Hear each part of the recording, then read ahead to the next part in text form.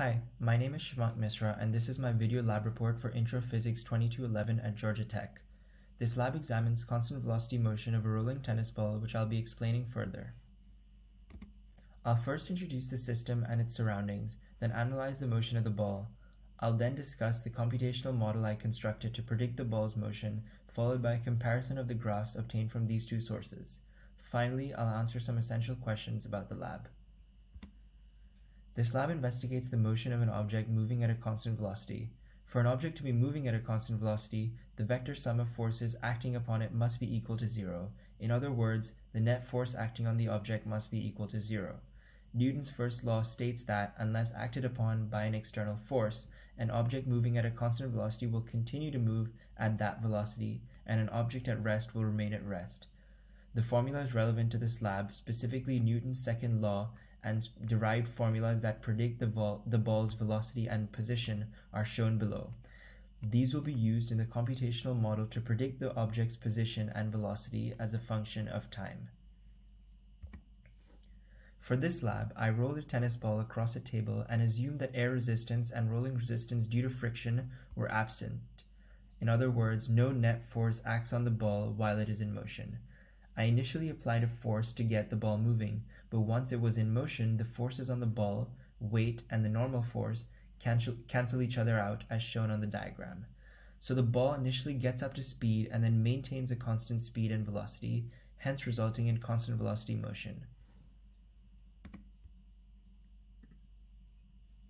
I used this video of the ball alongside tracker to plot its position as a function of time. My ball, as can be seen, rolls from right to left, and I chose my axes such that the left side is negative and the right side is positive. Therefore, I obtained a downward sloping graph of position versus time, as seen in the top right corner of the video. For the computational model, I used the starter code and wrote the equations below in Python, such that I applied Newton's second law in my code. I've included both the formulas and their equivalent in Python for reference. Here's an excerpt from my code. I didn't see a need to edit the mass of the ball as it doesn't affect the velocity calculations, as the mass cancels out in the formula for velocity.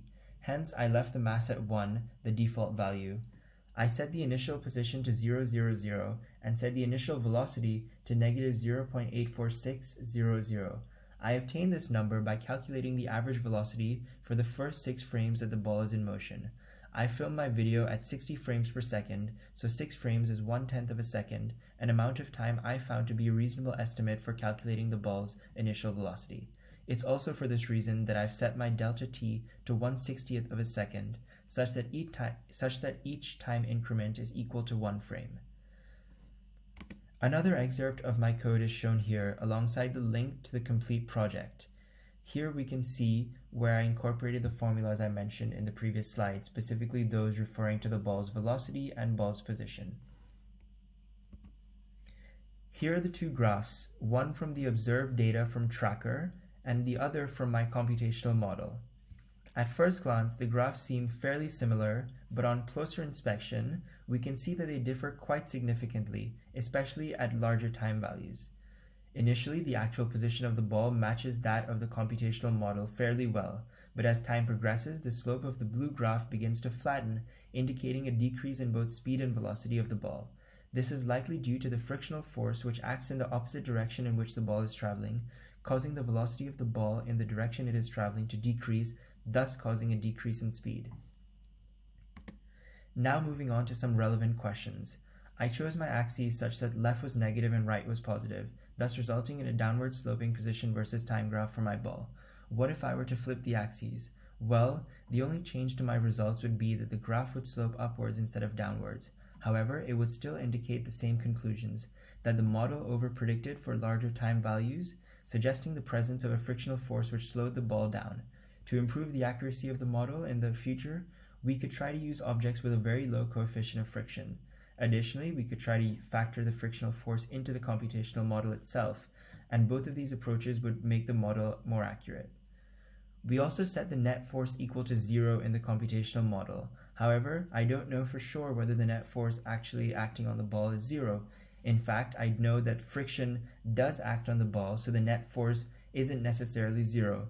It is also very difficult to know how many pushes and pulls add together to give a net force of zero, and all of these factors affect the accuracy of the model. Thank you for your time.